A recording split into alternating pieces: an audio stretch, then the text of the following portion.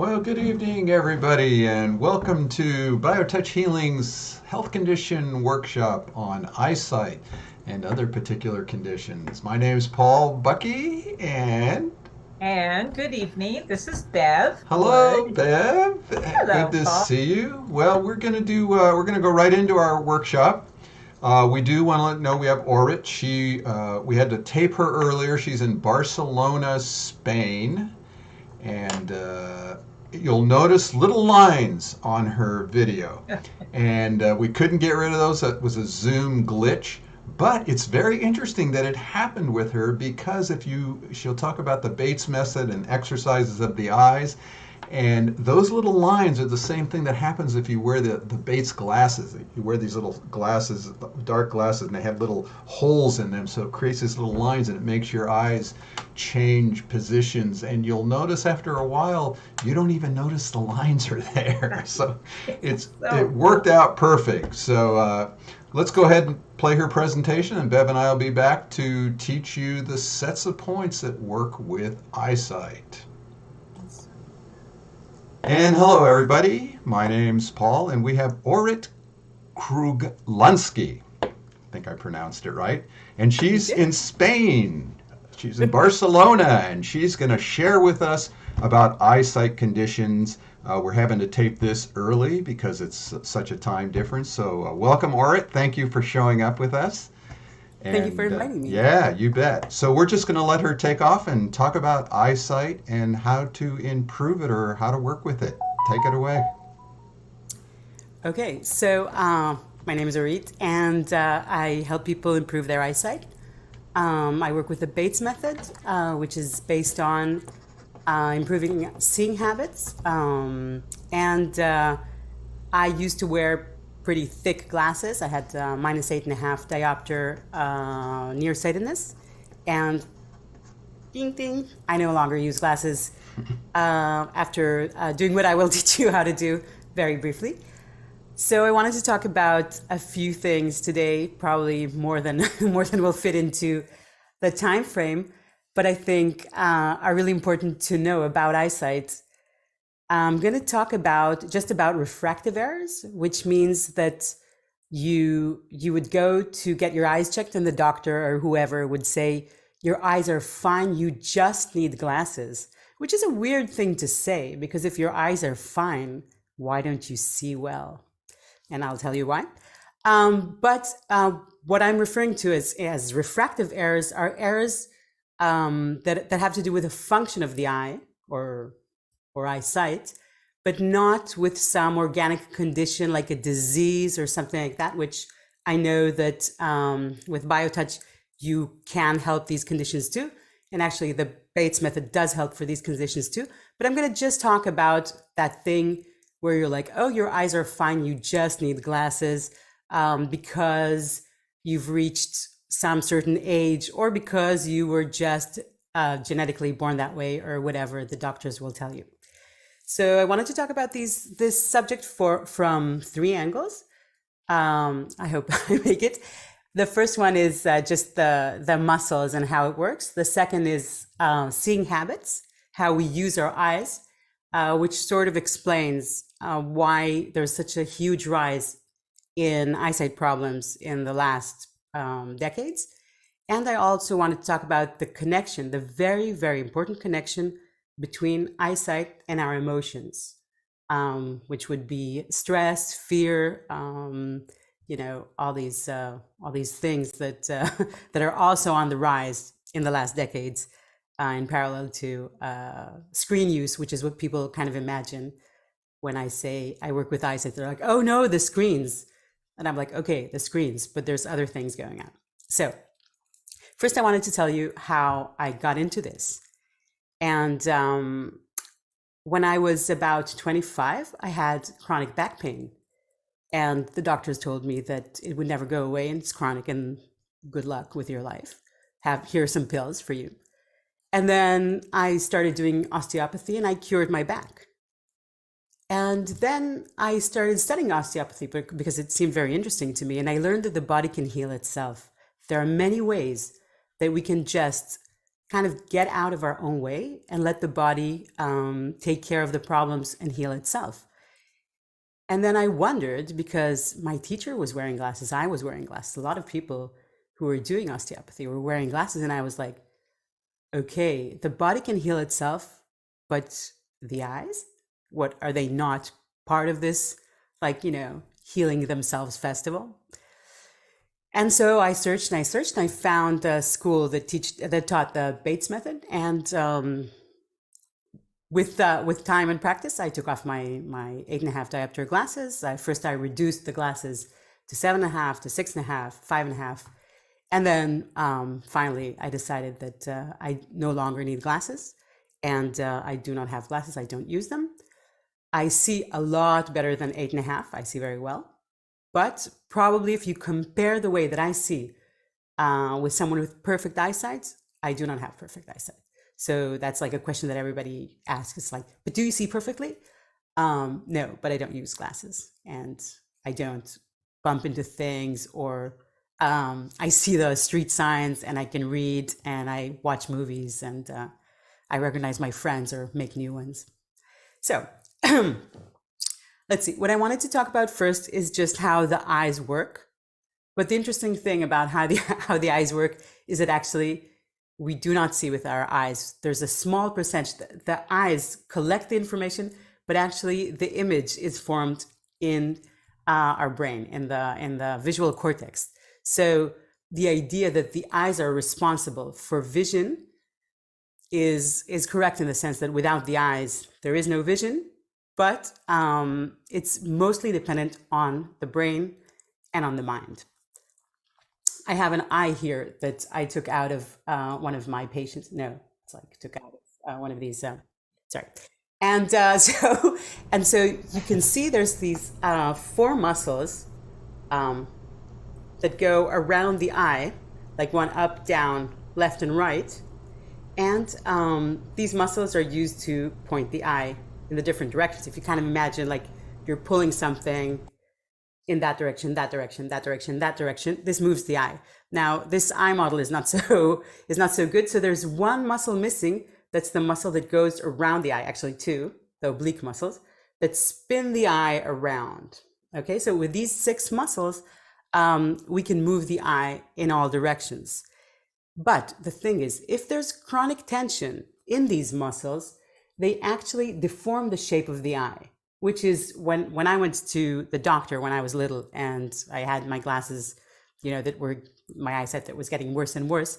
What the doctor said is your eye is elongated. It's like long, like a football or like a cucumber.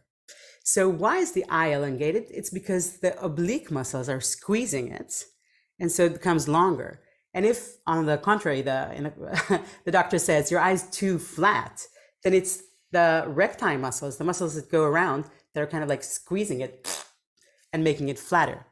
So if these things happen, if the form of the eye is changed, it's like, how when you try to project something on the wall with your projector, if you have one, you kind of move it back and forth, and there's like a place where the image is clear, where the projection is right on the screen, your wall. So the same with the eye. In the back of the eye, there's an area where the image is projected. So if the eye is too short or too long, the image gets projected before or after this screen of the eye. And so the result comes out blurry. So that's like the physiological explanation. But actually, the image that we see is formed not in the eye, but rather in our mind, in our brain, both these. So the image that the eye sees in a certain moment is not at all the image that you see. The eye sees very sharp, very clear in the center, and gradually, as you move to the sides, it becomes blurry. Because we have in our eye 2 kinds of vision. We have central vision and we have peripheral vision. And peripheral vision is responsible for movement, and central vision is responsible for sharpness and clarity.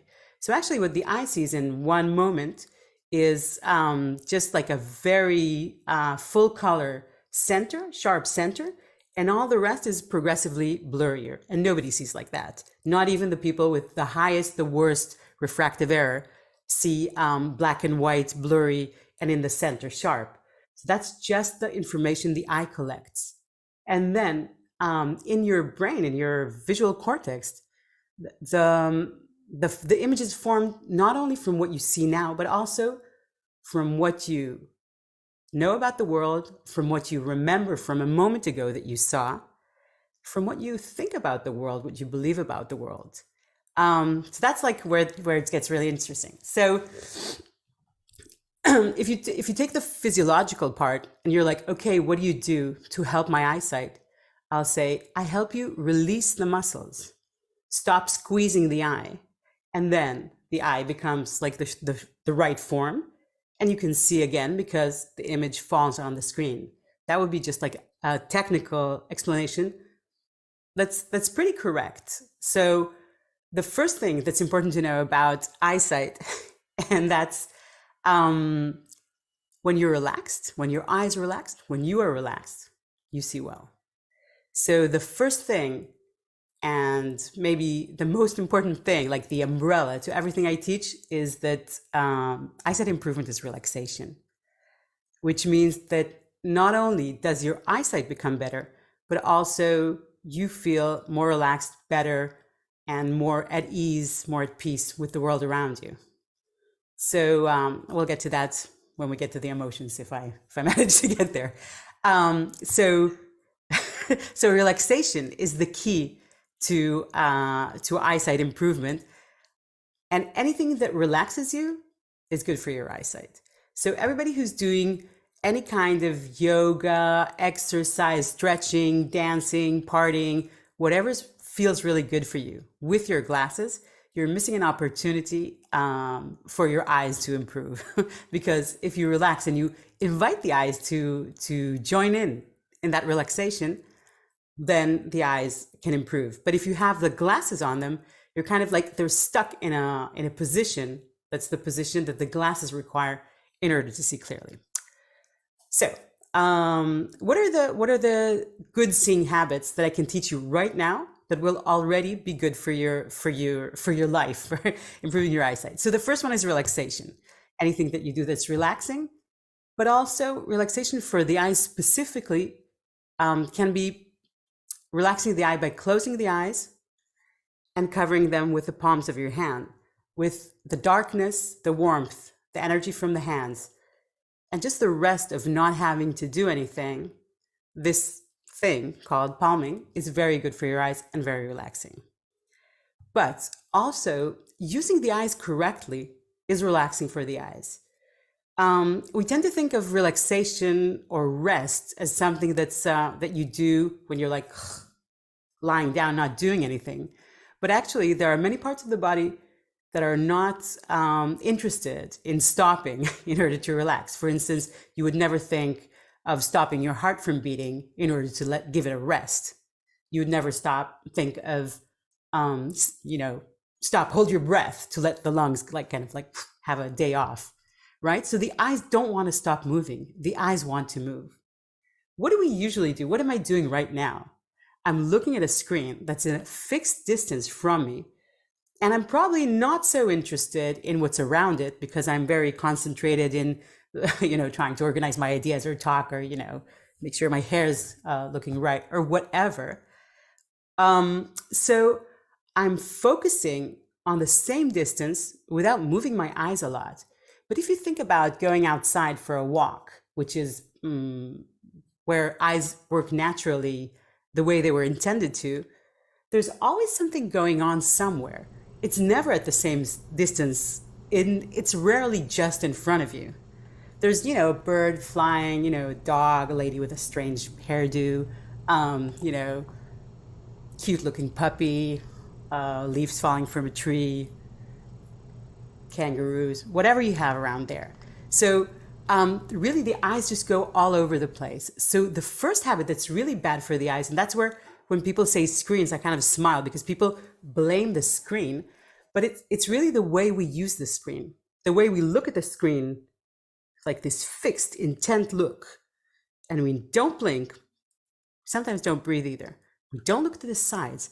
That's really bad for the eyes. Eyes hate it, hate it. So just one little thing that you can do to already improve your eyesight is if you have your computer that you work on stuck flush against the wall, move it a bit towards you, have some, depth behind it, and put like a plant or a mobile or something that moves behind and to the sides of it, where your eyes, it can catch your eye and you can kind of look to the side instead of staring always at the screen. So that's one really important thing. Don't look just at one distance. Eyes like moving. So really one of the very important things that relaxes the eyes is this movement.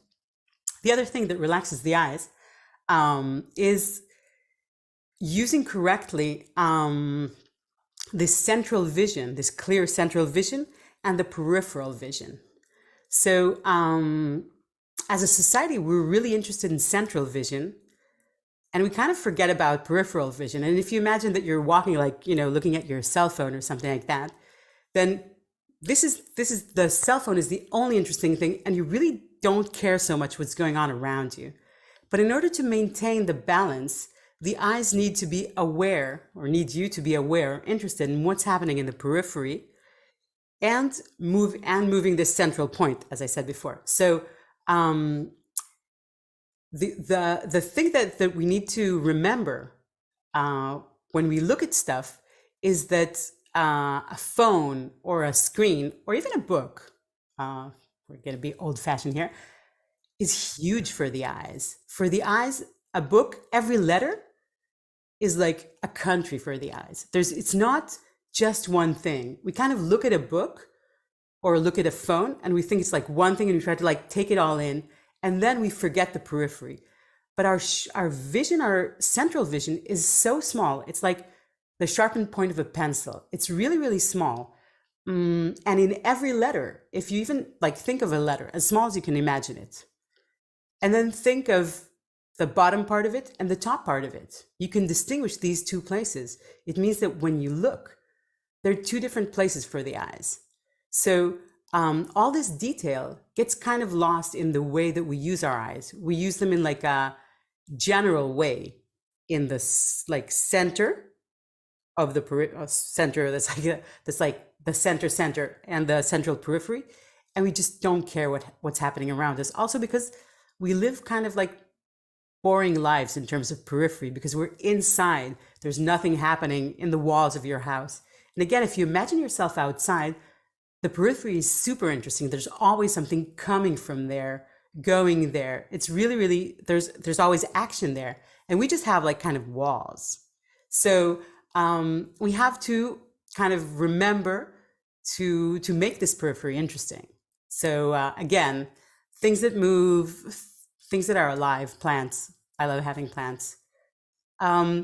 They make your peripheral environment richer. So that calls the eyes to all these other places. So these are the three important seeing habits: relaxation, movement, and the good use of the center and periphery, like a wide periphery, a small center. So basically it just means move your eyes, breathe, relax, don't stare at the screen, and remember that in the screen, there are details that you can look at. You can look at each detail rather than looking at the whole picture, but the periphery around it is very interesting. Am I over time yet? I'm good? Okay, so I really wanted to talk about emotions and eyesight. One of the things that's most interesting to me as a person that helps, as a visual educator that helps other people regain their eyesight, is that when people see better, they feel better. And also, when people don't see well, it has some emotional background to it. So if we're thinking about all these children who are now needing more and more glasses at schools, we can also think about the additional stress of being a child nowadays as compared to what it was, decades ago. With all the a lot of expectations, a lot of very programmed time, all these screens that actually not the screens themselves, but social media that bombards us with information and with things that we need to follow, need to know. So there's a lot more pressure on children and also on adults. And this pressure, this stress is creating feelings of anxiety, of failure, of perfectionism, of fear of the future, what's going on. It all seems like it's going to fall apart any moment now. And these emotions are very much connected to nearsightedness. So people who have nearsightedness typically are afraid. They feel they need control. They feel they need to run away and hide. And when they take off their glasses or when they reduce their dependence on glasses, they also kind of come out from their shell. And this is true for children and for adults. And it's also true for me with nearsightedness. And with farsightedness, there are other emotions that are involved, more like contained rage or aggression. It's like kind of like the need to escape, but a lot of strong feelings of not being able to escape or not being able to connect. And if we're talking about presbyopia, which is what happens when you get when they tell you that you're too old, now that your eyes don't work anymore, is actually this feeling that your time is up, that it's no longer your moment, that it's somebody else's moment, like maybe the next generations or the kids, or that your life is spent. And strangely enough, if we stay with presbyopia for a moment, with old age eyes, first of all, the age where that begins has reduced a lot in our society. And secondly, in other societies where age is respected, there is no presbyopia. So really the emotion behind presbyopia, which when you go to like ophthalmology, they'll say it's just the age. It's like pure age. It's like you're obsolete, you're done. Your eyes are no longer working because humans were not meant to see from close up that long. It turns out that it has a component that's emotional, and it's a very important component. So a lot of times when we work on these emotional aspects, the eye condition improves by itself. And that's something that's really interesting in children, for instance, especially if before they start using glasses. If you're aware that what's happening to the child is that something's not okay for them, maybe they're not happy or feeling very much pressured at school, or there's something going on in their life that they don't know how to digest, then you can give them more help than just seeing clearly, and maybe they won't need the glasses. Perfect. In my own case, my glasses appeared magically when my parents were having a rather nasty divorce, which is fine. There was no way to avoid the divorce, but maybe if someone had known that there was something going on for me, except for, oh, she doesn't see well, she needs glasses, then maybe I could have gotten then the help that I needed to emotionally digest and understand what was going on, and understand that it had nothing to do with me. And maybe I wouldn't need glasses, and also maybe I would have saved myself some sorrows in life. So this is something that's very important for me to let people know. There is an important emotional component. That's also why eyesight problems are on the rise, because our society is getting more stressed, more anxious, and less relaxed. So with that, I'll just let you ask some questions if you have. It was like not much to ask since you really covered a lot. That's a lot to digest. But you can tell that you are compassionate about that. I mean, passionate to the max. Good information. I think our audience will love to hear this as we show more about how to do BioTouch with it.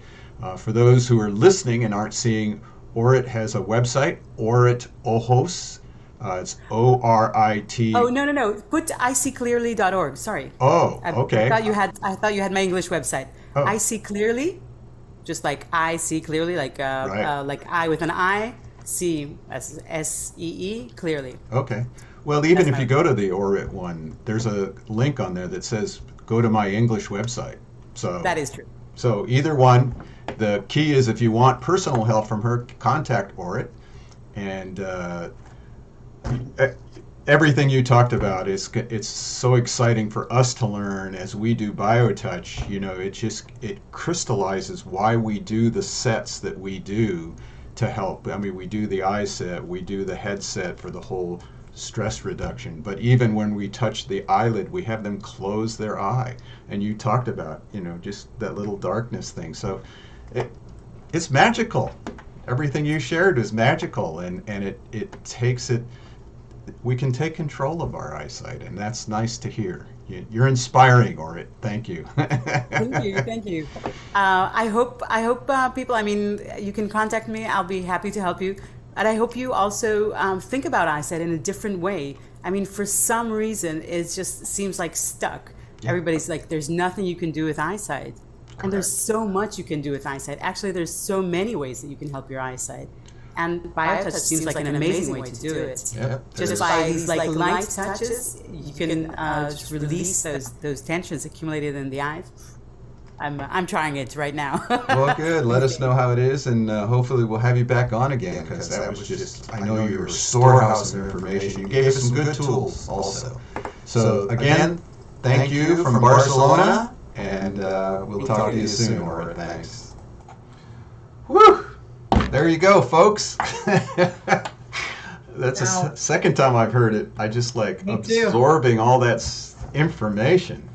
I'll Yeah, tell you. that's, you know what? That really was a message of hope, Yes. wasn't it? Yeah, it just fits right along with what we're teaching with biotouch. And, you know, and again, when she's talking about the cupping, I'm always thinking about that third point, which you're going to learn here. So Yep. let's just go right into the points, which is interesting too, because it not only is going to work with eyesight, as she talked about in the beginning, it helps with all eye conditions, all All diseases of conditions. the eyes, glaucoma, cataract. So these aren't just points for the sight, but they certainly can help with the sight.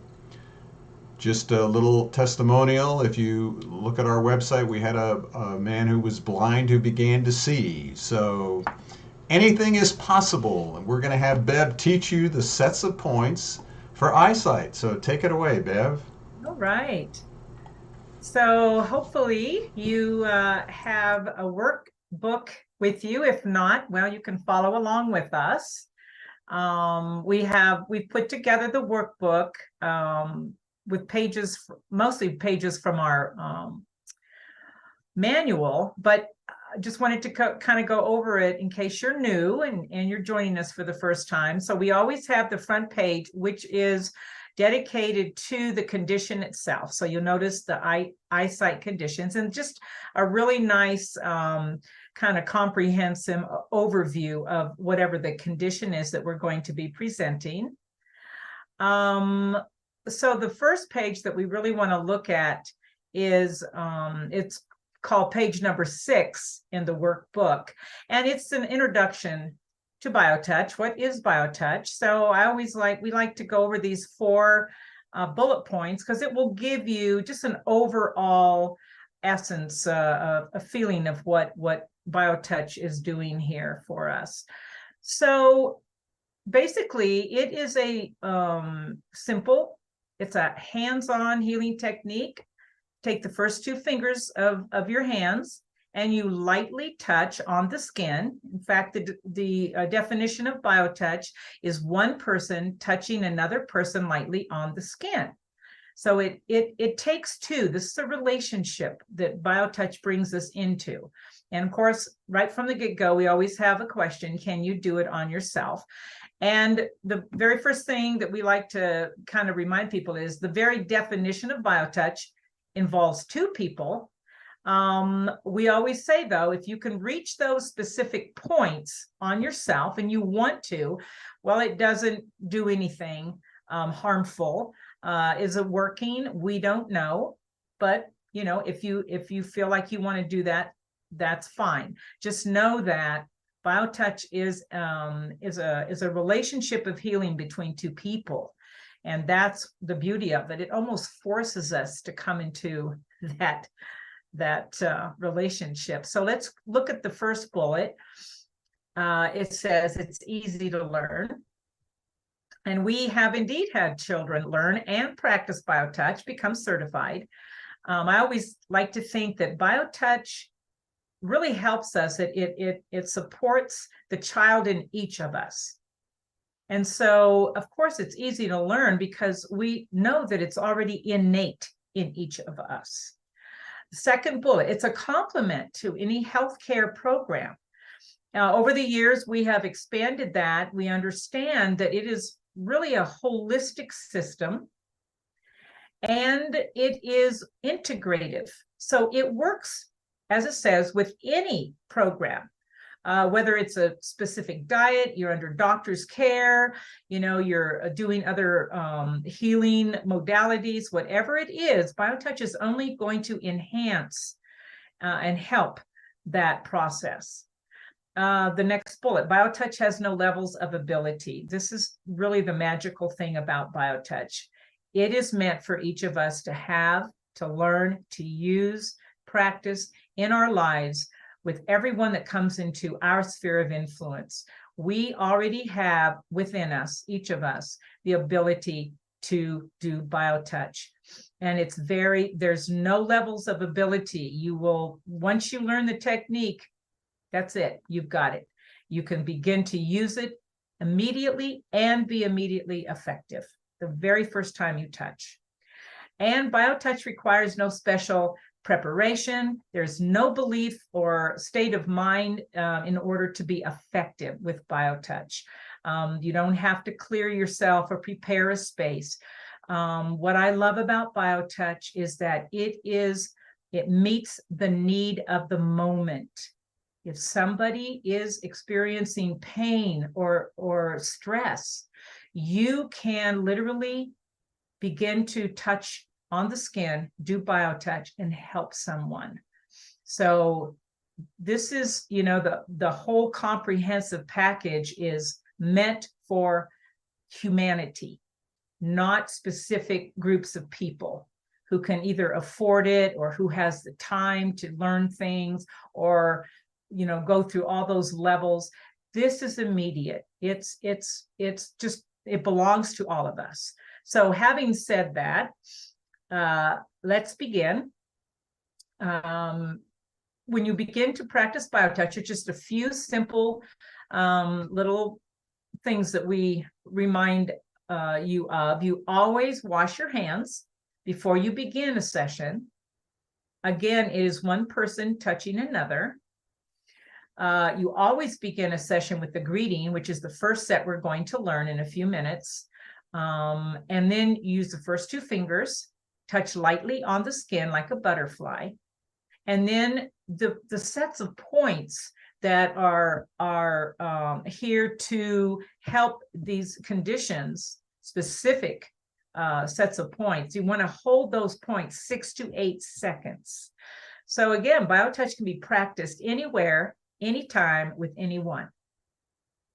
Boom, that's it.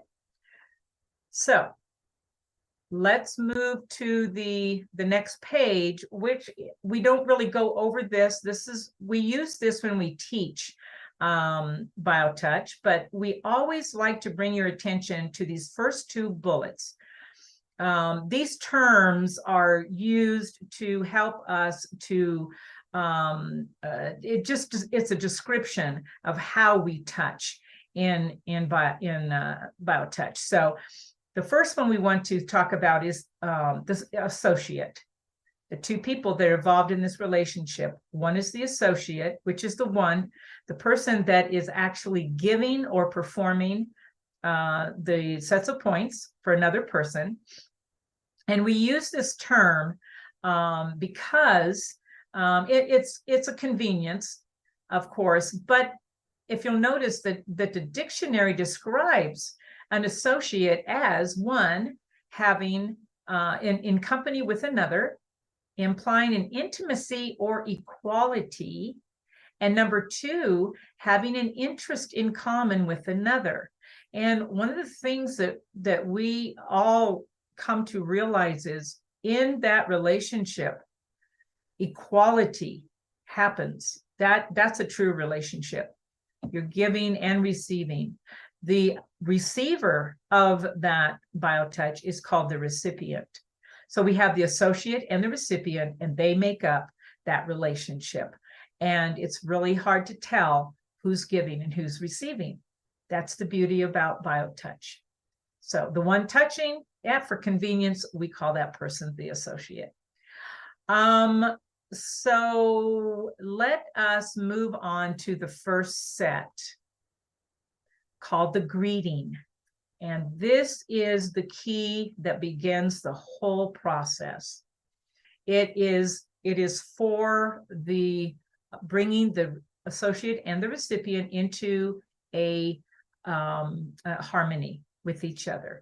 Remember, you always must do the greeting. It's like the key. It opens the body. So Paul will be showing on each of these sets a video that you can actually, we're going to let you see one person performing these sets of points with another person. And so what we want people to know is if you have the workbook or you download it, all members can download it forever for free. Each page, there's 2 pages to each set of points. And you have this little drawing, and if you'll notice at the bottom of the drawing, there's always this purple that says click here to watch the video. That's what we're going to share here this evening. But if you download the ebook version of this workbook, that link will take you to that same video.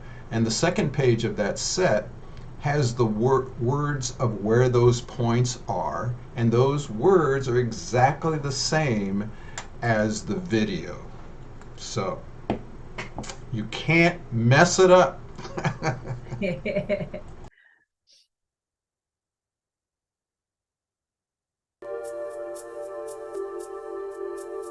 The greeting is always performed at the beginning of each session. It's the only set that uses one hand and the only set that indicates which hand to use. The greeting is performed with the dominant hand. If you are right-handed, use your right hand. If you are left-handed, use your left hand. The greeting is made by touching at point 1, which is in the fleshy area just below the bottom of the breastbone or sternum. Hold this point for 6 to 8 seconds. Then, with the same 2 fingers, touch point 2 on the back. To find point 2, look for the big bone at the base of the neck. From here, move 1 to 1.5 inches to the left. This is point 2. Hold this point for 6 to 8 seconds. More than one associate may work with a recipient provided that all of the associates perform the greeting. If the associate or the recipient leaves the session, or if someone who hasn't done the greeting touches either the recipient or the associate, the greeting must be reestablished. Then the session may proceed from where it was interrupted.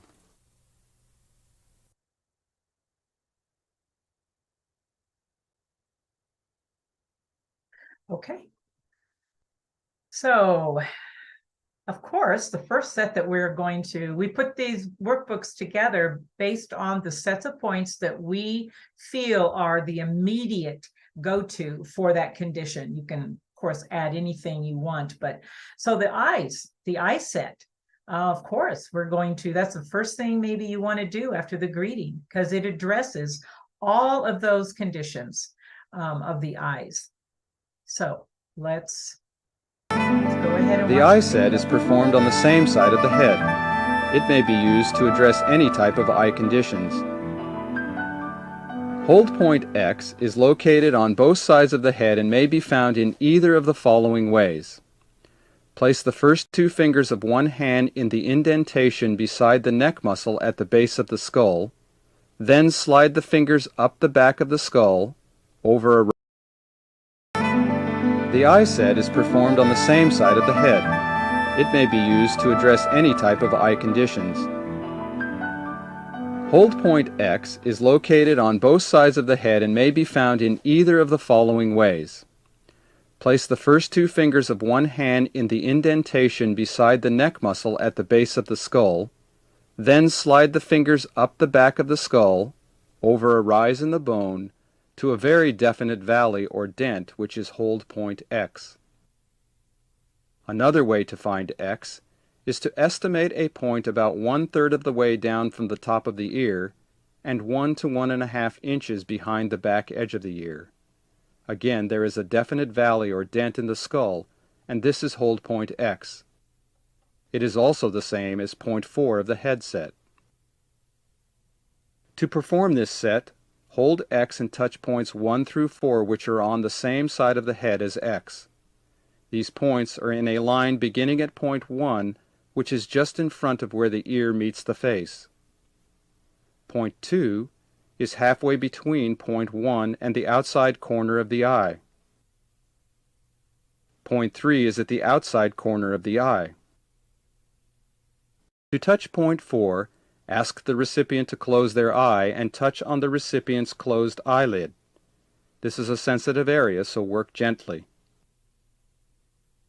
Repeat the procedure on the other side of the head. Hold point X, and with the other hand touch point 1, which is just in front of where the ear meets the face. Point 2 is halfway between point 1 and the outside corner of the eye, and point 3 is at the outside corner of the eye. End with point 4 on the recipient's closed eyelid.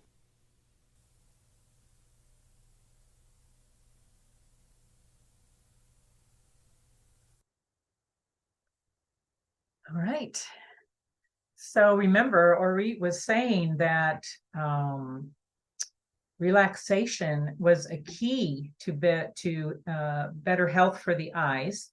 And so we have a stress and anxiety set because, of course, stress and anxiety, as she was saying, in our society is really contributing to a lot of more people requiring to use glasses. So we feel that this set is really key here as well, this stress set that you can use to help somebody to relax. So let's go ahead and watch that video.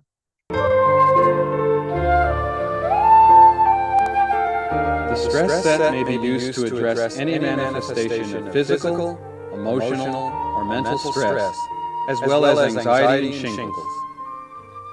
Hold at X, which is in the fleshy area just below the bottom of the breastbone. It is the same as greeting point 1. Then with the other hand touch points 1 and 2, which are the same points as in the heart set. These points are found by imagining a line running from the notch at the top of the breastbone to a place on the left breast where the nipple would be on a youth. Divide this imaginary line into thirds.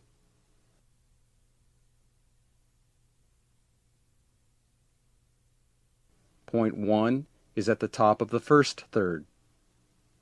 Point 2 is at the top of the second third.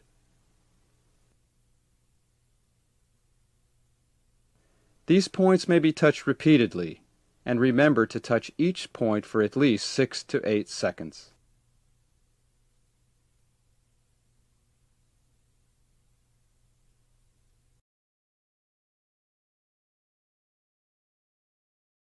The next set is the set called the headset, and remember, she was saying that the images that we see are really projected from the brain. So the headset is related to all conditions having to do with the brain. So of course, doing the headset can really help with all of those images and maybe bring those more into an alignment or something. So let's go ahead and watch the headset. It's a very, very good set to use.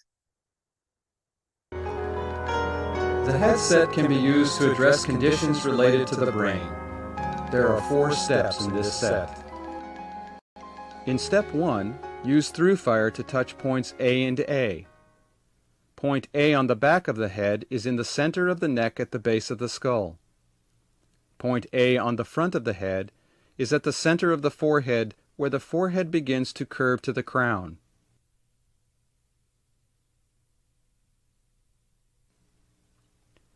Step 2 is performed in crossfire with the fingers of each hand touching on opposite sides of the head. Hold at X, which is in the indentation beside the neck muscle at the base of the skull. It is the same as point 1 of the back set. On the opposite side of the head, touch points 1 through 5.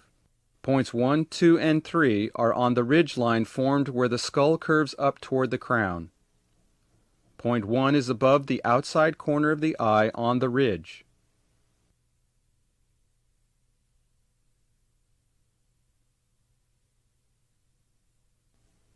Point 2 is above the front of the ear on the ridge.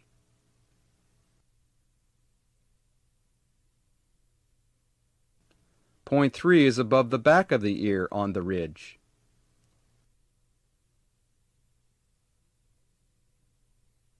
To locate point 4, move down the head toward the base of the skull to a horizontal indentation approximately 1/3 of the way down from the top of the ear and 1 to 1.5 inches behind the back edge of the ear.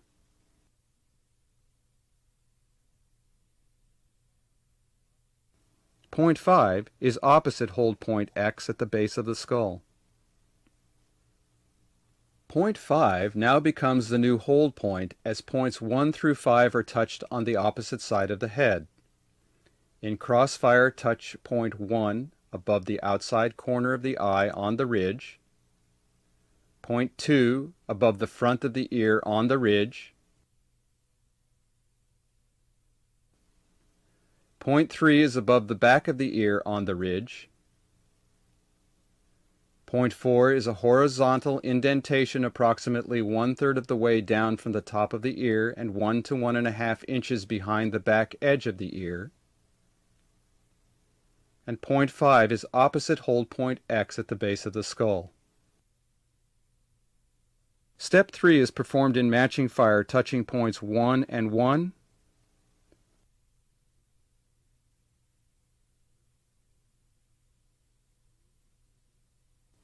2 and 2,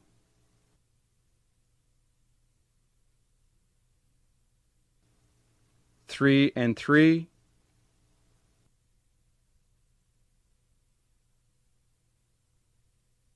4 and 4,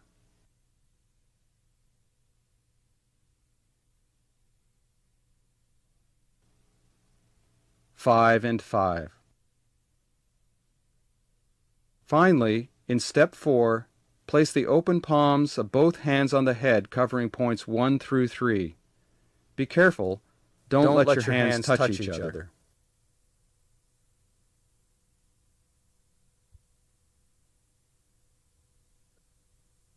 Okay. The last set that we're going to share with you is the metabolism set.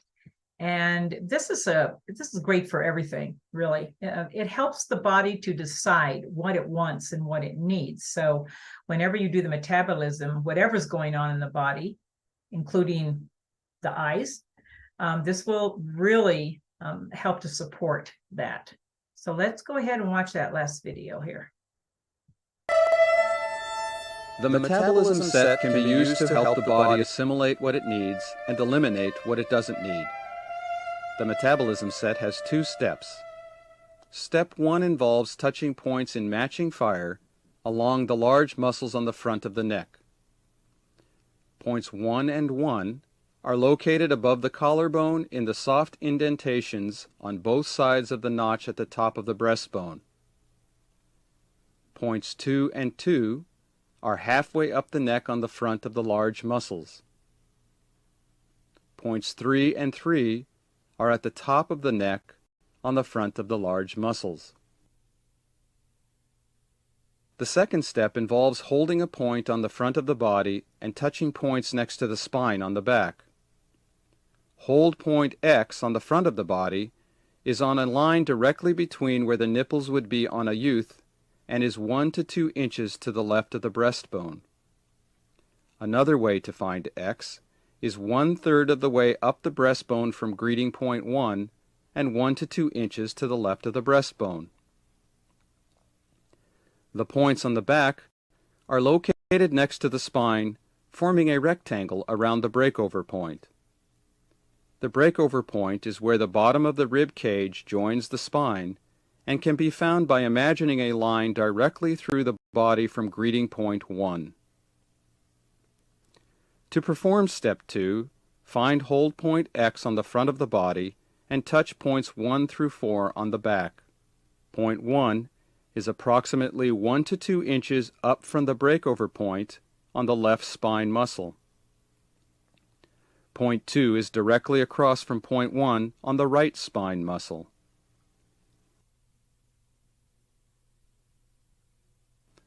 Point 3 is 2 to 3 inches below the breakover point on the right spine muscle. Point 4 is used to address blood sugar problems and is added to the other metabolism points when needed. It is located across from point 3 on the left spine muscle. And there you have it, folks. There you have it. How to take You care can of help someone immediately with their eyes. immediately, right? So we really added that metabolism because we talked about eyesight and other conditions, and metabolism will really help with that glaucoma, the cataracts, Yeah. and I'll tell you, it seems like the eye problems seem to be affected quickly with BioTouch. I don't know why. They seem to be very effective. People go in for their glaucoma, their sight. The eye doctor says, "Oh my gosh, you're getting much better." So. I know, I've heard that as well. Yeah. So add this to all those little exercises that Orit gave us, because it's just as simple as that. Moving your eyes, putting little dangly things around your computer. I mean, all kinds of great ideas I got. I know. Just something just like BioTouch, you Yes. can do immediately. Yeah. Simplicity is where it is at, folks, which is Yep. why we teach BioTouch. We do these workshops every month. Next month we're going to do one on this is the body image, isn't This it? is going to be an interesting one, isn't it? How to use Image. BioTouch for body image, and we have a really nice speaker coming to that one. So Yep. thank you all for joining us. This will be available on justtouch.com/eyesight, and invite your friends and family to check it out. Bev Please. did a great job as usual. Thank you very much. Paul, you too. And thank you.